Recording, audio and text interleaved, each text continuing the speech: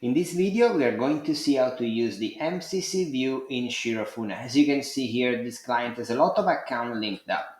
Yes, you can look at performance by clicking on total, delivered, and switching between revenue and conversion to look at the metrics. But in reality, what if you want to isolate a specific account?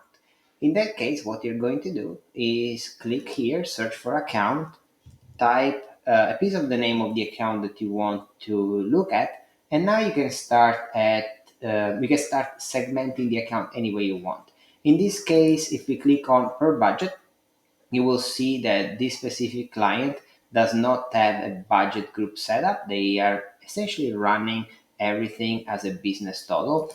But you can start, of course, looking at all the metrics you want without being confused by the metrics of other accounts.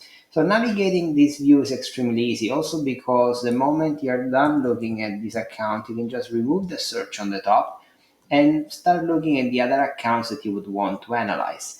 So for example, if I want to look at the account name Altus, I can just type Altus and it breaks down the account down here for me. So I can look at performance and decide what to do, whether I want to update budgets, etc. I hope this was helpful. Should you have any questions, please feel free to reach out at any point in time.